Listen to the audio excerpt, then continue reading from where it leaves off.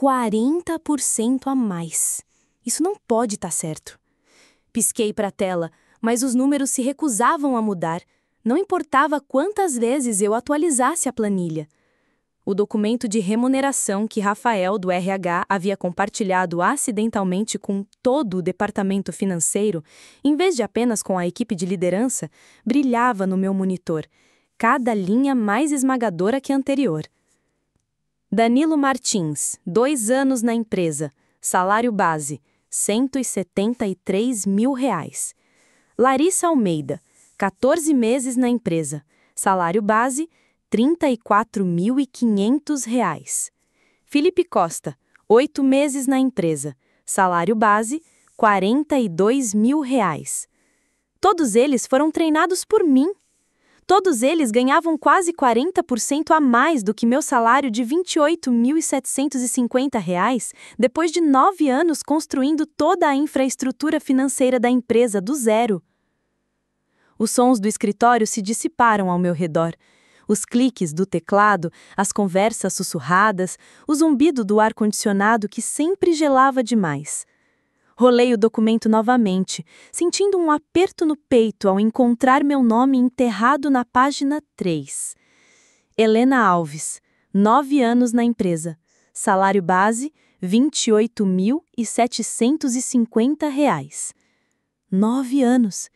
Incontáveis 60 horas de trabalho resolvendo equações impossíveis, encontrando erros que ninguém mais conseguia ver, criando protocolos de conformidade que economizaram milhões para a empresa, treinando cada pessoa que agora ganhava muito mais do que eu. Olhei para Danilo, do outro lado do escritório, rindo de algo na tela, provavelmente mais um meme de criptomoeda. Danilo, que ainda me perguntava como conciliar contas a pagar corretamente, mesmo com 2 anos no cargo. Danilo, que ganhava quase R$ 20 mil a mais que eu. O e-mail de Rafael me avisando sobre o recall chegou 3 minutos depois, mas era tarde demais. Eu já tinha baixado a planilha e salvo no meu disco rígido. Fechei meu laptop e fui direto para o escritório de Ricardo Monteiro, meu gerente nos últimos 6 anos. Não marquei reunião, não enviei mensagem, apenas bati 2 vezes e entrei quando ele levantou os olhos da mesa. Helena, algo urgente? Ele teve a audácia de parecer irritado com a interrupção. Coloquei meu laptop na frente dele, aberto na planilha. Preciso entender isso. Minha voz soou estranha, controlada, mas vazia. Os olhos de Ricardo se voltaram para a tela e depois para mim. O leve alargamento de suas pupilas me disse tudo. Ele sabia exatamente o que eu tinha encontrado. Fechou meu laptop e recostou-se na cadeira, entrelaçando os dedos. Helena, sabe, não posso discutir a remuneração de outros funcionários. Não estou perguntando sobre a remuneração deles, estou perguntando sobre a minha. Reabri o laptop. 9 anos, Ricardo. 9 anos construindo todos os sistemas financeiros dos quais esta empresa depende. Eu treinei todas essas pessoas que agora ganham 40% a mais que eu. Como isso é possível? Ele suspirou. Aquele gerente tinha um talento especial para fazer você se sentir irracional. O mercado mudou significativamente desde que você foi contratada, Helena. É a política da empresa para a entrada em novos mercados. Sua remuneração foi definida em uma economia diferente, então ajuste-a. Não é tão simples assim. Existem proibições, estruturas, políticas. Ele deu de ombros. De fato, deu de ombros para mim. É pegar ou largar. Minhas mãos tremiam, mas não de medo, de algo completamente diferente. Gostaria de solicitar uma revisão formal da minha remuneração. Mantive a voz calma. Posso enviar o pedido, mas, francamente, será negado. Concluímos as revisões anuais no último trimestre. Você recebeu seu aumento padrão de 3%. Ele olhou para o relógio. Havia mais alguma coisa? Naquela noite não chorei, não gritei, não liguei para minha irmã Mariana para desabafar minha frustração. Em vez disso, abri meu laptop na mesa da cozinha e comecei a escrever. A propósito, sou Helena Alves, 34 anos, o tipo de pessoa que organiza o porta-tempero em ordem alfabética e separa o armário por cores. O tipo de pessoa que sempre ouviu que é detalhista e segue um código corporativo rigoroso que te cobra até você quebrar, porque você é responsável demais para deixar as coisas darem errado. Deixe-me fazer uma pausa antes de prosseguir. Você poderia, por favor, tirar alguns segundos e me dizer de onde está me acompanhando? Quero que minha história chegue até você onde quer que você esteja. E se você já se sentiu desvalorizado, talvez deixe um coraçãozinho ou algo assim, porque o que eu vou contar mudou tudo para mim. E talvez mude para você também. Lá estava eu, sentada à mesa da cozinha com uma taça de Cabernet Sauvignon, criando o documento mais importante da minha carreira. Comecei com uma cronologia simples dos meus 9 anos na empresa. Em 2014, fui contratada como analista financeira. Construí o primeiro sistema automatizado de relatórios que eliminou 30 horas de trabalho manual por semana. Em 2015, fui promovida a analista sênior. Reestruturei o processo de contas a receber, reduzindo as cobranças pendentes em 42%. Em 2016, criei uma estrutura de conformidade tributária que passou por auditoria federal sem nenhuma apuração. Primeira auditoria limpa na história da empresa. Documentei tudo, cada crise que evitei, cada real que economizei, cada sistema que construí, cada pessoa que treinei e que agora ganhava mais do que eu. Trabalhei a noite toda, movida por uma clareza fria que nunca havia sentido antes. Ao amanhecer, havia criado uma análise de 43 páginas intitulada O Custo da Memória Institucional, uma visão completa do meu valor para a empresa. Na última página, calculei o valor exato que economizei para a empresa só no ano anterior, R$ 267.459. Em comparação ao ajuste que eu deveria ter recebido para atingir o salário de mercado, era de R$ 39.500. A matemática não era complicada. Imprimi o documento e encadernei profissionalmente em uma cafeteria 24 horas. Depois, fui para casa, tomei banho e vesti minha roupa mais cara. Lápis carvão, saia e blusa creme que comprei após minha última promoção, 3 anos atrás. Quando cheguei ao escritório, fui direto para a sala do CEO Gustavo Silveira. Sua assistente, Bianca, ainda não estava na mesa. Eram apenas 7h15 da manhã. Entrei sorrateiramente no escritório vazio e coloquei 3 itens no centro da mesa. Minha carta de demissão, uma oferta de emprego de uma empresa concorrente que me cortejava há meses, oferecendo mais de R$ 65.000 em benefícios, e minha análise encadernada em couro. Então fui para minha mesa e comecei a trabalhar como se fosse um dia qualquer. Às 9h30, meu telefone tocou. O ramal de Gustavo. Helena, você poderia vir à minha sala, por favor? Sua voz estava tensa. Peguei meu caderno e caneta e caminhei deliberadamente pelo escritório onde as pessoas já cochichavam. A notícia sobre a planilha havia se espalhado. Senti os olhares deles em mim, mas mantive o olhar firme. Quando entrei na sala de Gustavo, encontrei não apenas ele, mas também Ricardo, Rafael e Verônica Castro, a COO. Minha análise estava aberta sobre a mesa de Gustavo. Fecha a porta, por favor, Helena, disse ele. Aos 57 anos, Gustavo tinha a calma treinada de alguém que nunca ouvira um não como resposta. Permaneci de pé, mesmo quando ele gesticulou para a cadeira. Revisamos seu documento, começou, batendo na capa de couro. Devo dizer que está bem completo. Obrigada, respondi, mantendo a voz neutra. Parece haver um mal-entendido sobre remuneração que precisamos resolver, interrompeu Rafael, do RH, suando levemente. Sem mal-entendidos, repliquei.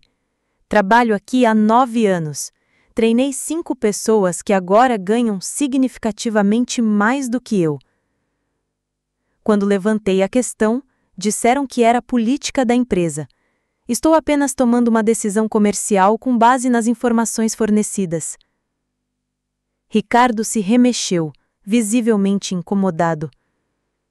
Helena, se você tivesse nos dado um tempo para analisar sua solicitação, Eu já fiz isso por 9 anos, cortei, encarando Gustavo diretamente.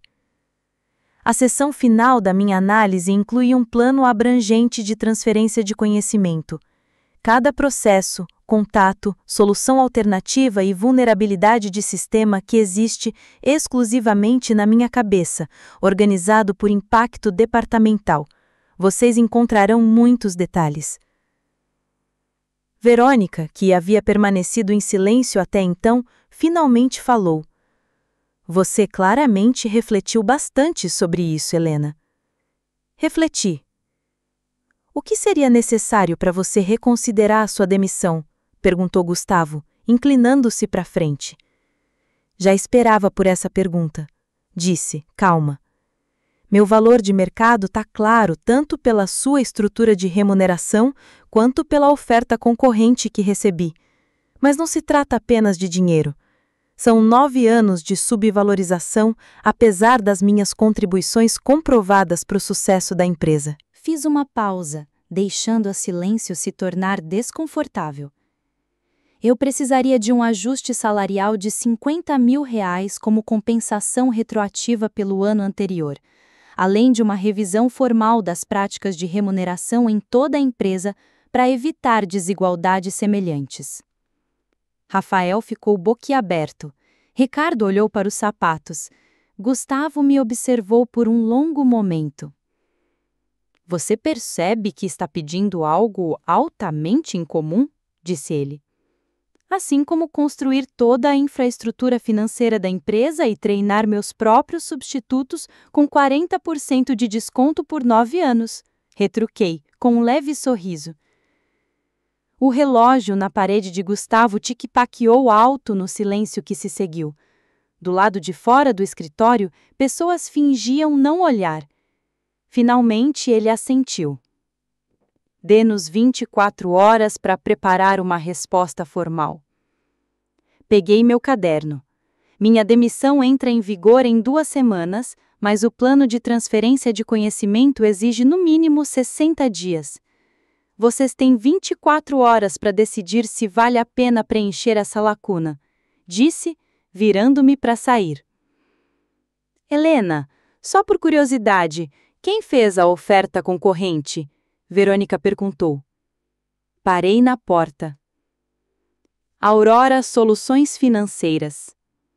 Eles são liderados por Amanda Rocha, que deixou esta mesma empresa há 5 anos após sofrer o mesmo tipo de tratamento que eu.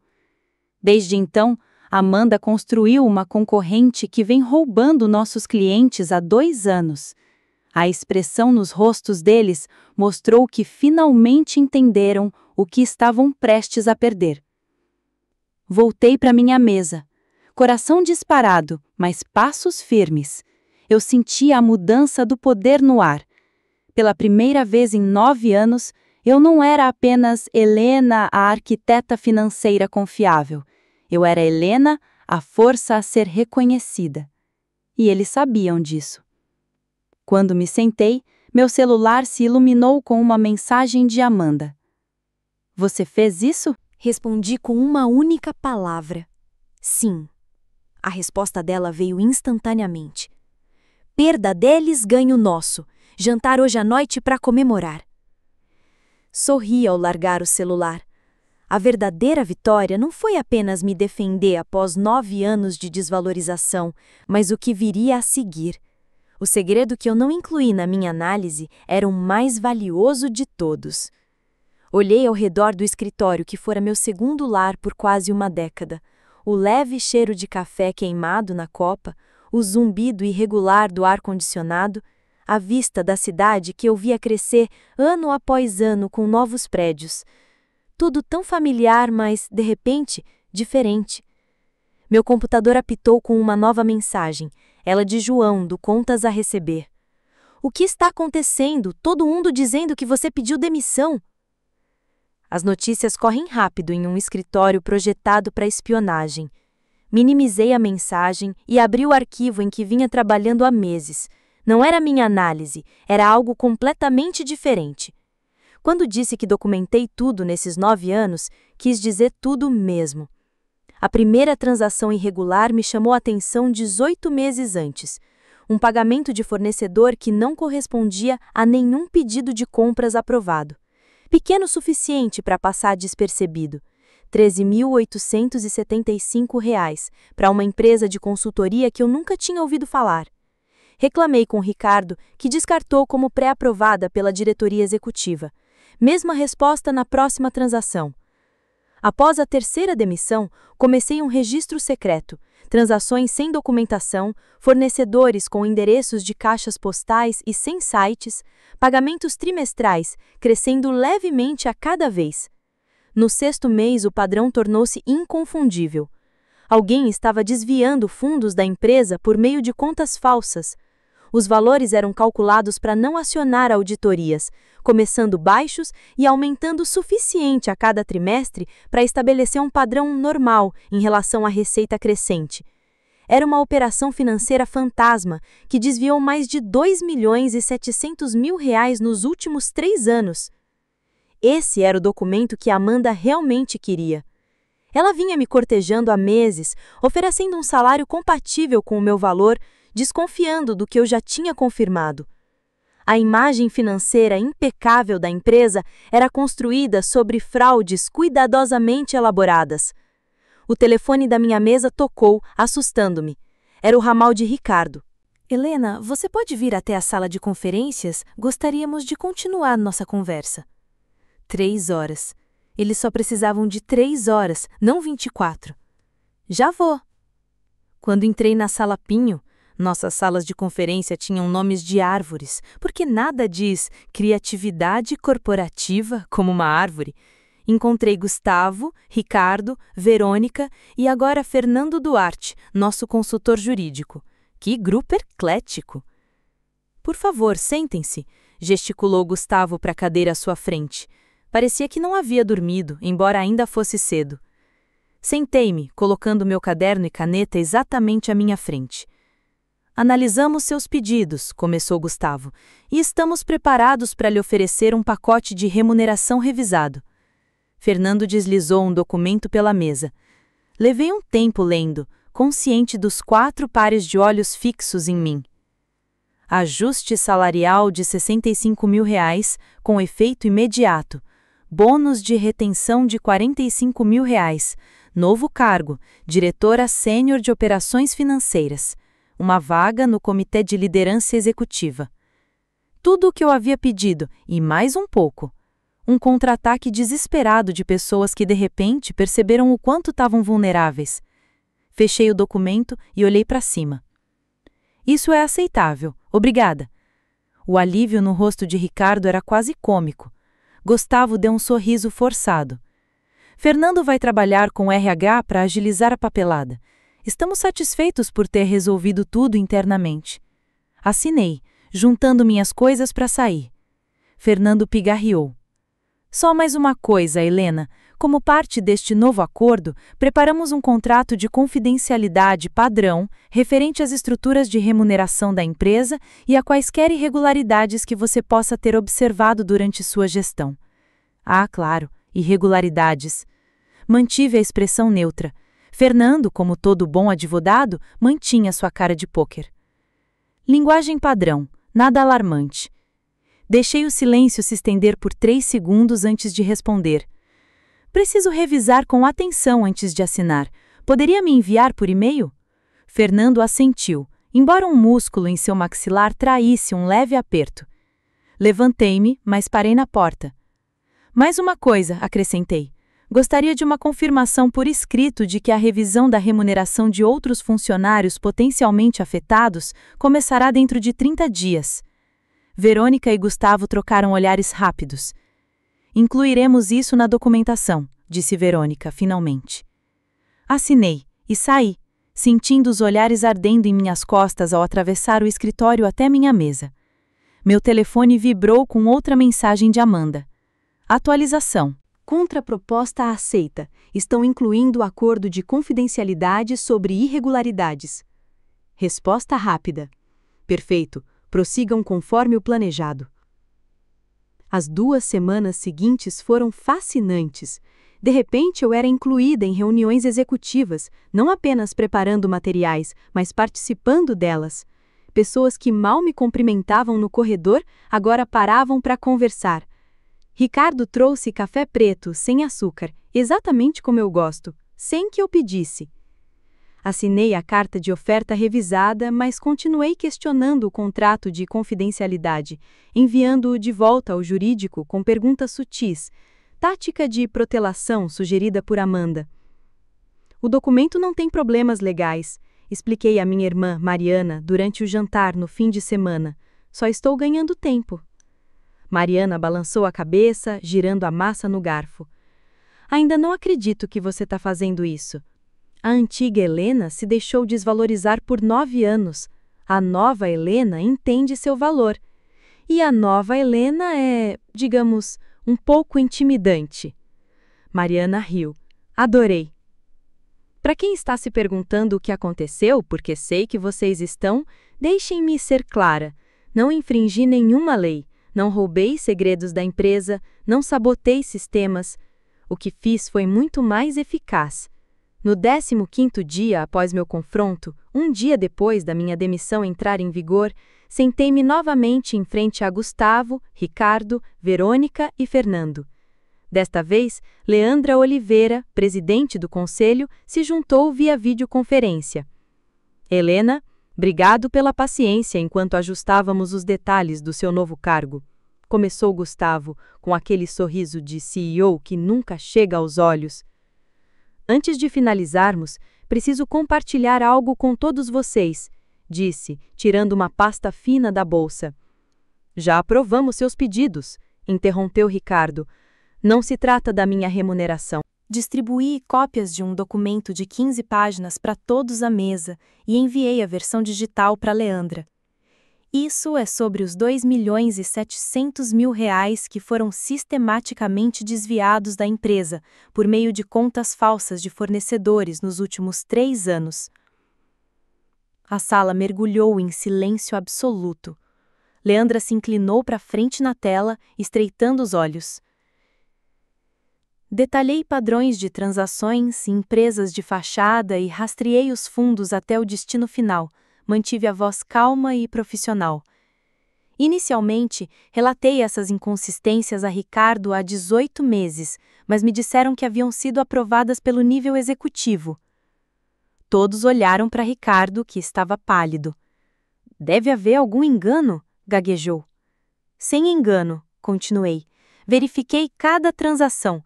O padrão ficou claro depois dos 12 primeiros pagamentos. O que não estava claro era quem estava por trás disso.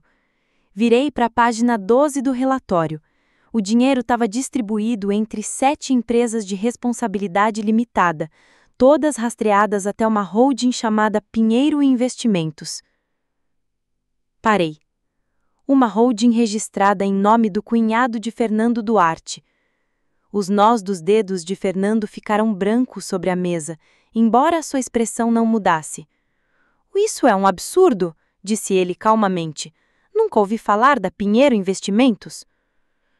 Talvez não nominalmente, concordei, mas a assinatura que autoriza os documentos de constituição corresponde à assinatura na certidão de casamento com Claire Duarte. Não Fernando, seu cunhado, João Pimentel, assinou ambos. A voz de Leandra cortou a tensão. Senhora Alves, essas são alegações extremamente graves. Por que nos levar isso antes de as autoridades? Encontrei seu olhar através da câmera. Porque acredito em dar à empresa a oportunidade de resolver a situação internamente primeiro. A fraude foi sofisticada, mas contida. Parece envolver apenas algumas pessoas, não corrupção sistêmica. O que eu não contei foi que Amanda havia sugerido essa estratégia. Deixe que eles acreditem que você está fazendo um favor para eles, ela me disse. Dê corda suficiente para que se enforquem sozinhos. Preciso chamar nosso advogado externo, disse Leandra, já pegando o celular. Fernando se levantou de repente. Esta reunião está encerrada até que a representação legal de todas as partes esteja presente. Sente-se, Fernando, disse Gustavo baixinho, sem tirar os olhos dos documentos à frente. Helena, há quanto tempo você está compilando essas informações? 18 meses. Desde a primeira vez que relatei um pagamento irregular e fui ignorada. Ricardo parecia prestes a desmaiar. Nem um pouco, eu nunca... Você nunca fez perguntas, terminei para ele. Você nunca investigou quando levantei preocupações. Confiou nas pessoas erradas e ignorou as certas. As 8 horas seguintes foram um borrão.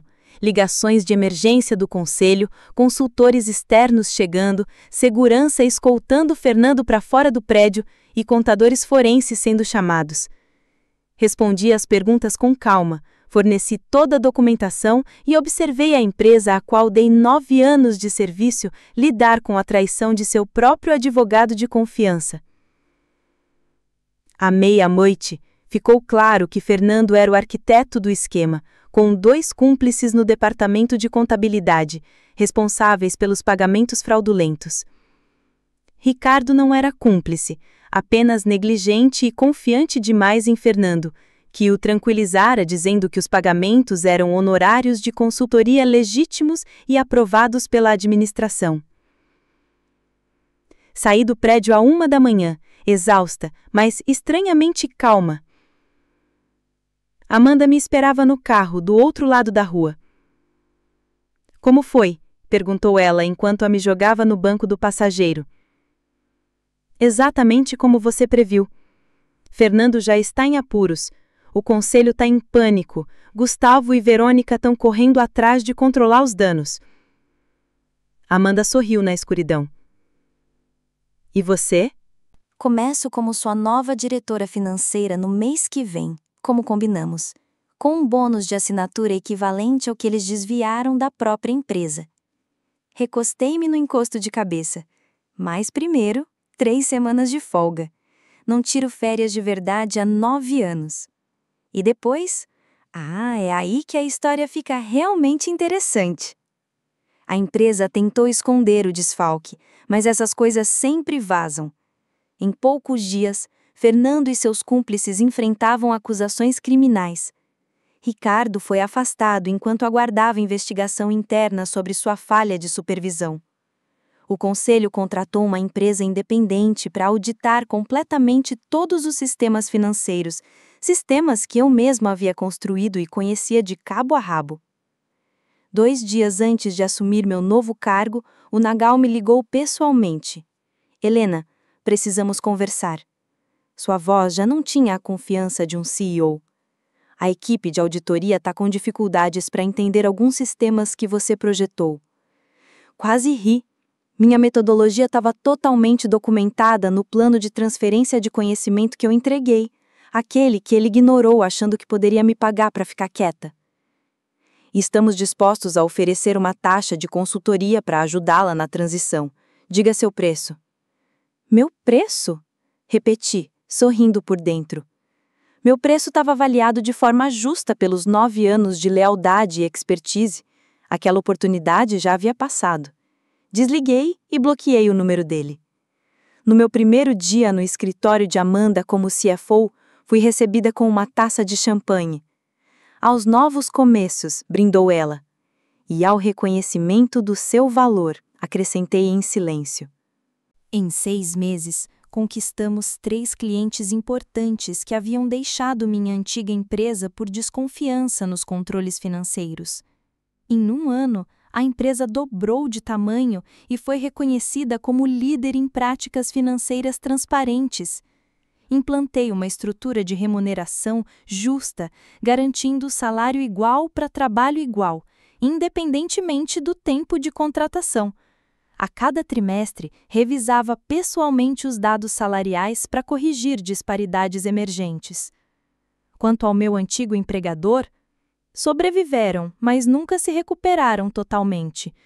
Gustavo foi demitido pelo conselho, Verônica saiu para uma empresa menor e Ricardo foi rebaixado a uma função não gerencial após a investigação concluir que fora negligente, mas não criminoso. A empresa foi adquirida 2 anos depois por uma fração de seu valor anterior. Às vezes me pergunto se tudo teria sido diferente se tivessem me avaliado corretamente desde o início. Se Ricardo tivesse investigado meus alertas sobre pagamentos irregulares, se Gustavo tivesse construído uma cultura de transparência em vez de segredo. Mas não fico pensando nisso por muito tempo, porque a verdade é que eu estou exatamente onde deveria estar. Então, se você está se sentindo subestimado, desvalorizado ou esquecido, seja no trabalho, em um relacionamento ou em qualquer área da vida, lembre-se da minha história. Reconhecer seu valor não é egoísmo, é necessário. Seu conhecimento, dedicação e habilidades têm valor real e tangível. Às vezes, você precisa ser o único a calcular esse valor e apresentar a conta. Já aconteceu com você? Se esta história tocou você, clique em curtir e inscreva-se. Compartilhe nos comentários se já precisou defender seu valor. Leio todos e adoro saber suas experiências. E se conhece alguém que precisa ouvir essa mensagem, compartilhe. No fim das contas, o mais poderoso não é buscar vingança, mas reconhecer seu verdadeiro valor e se recusar a aceitar menos.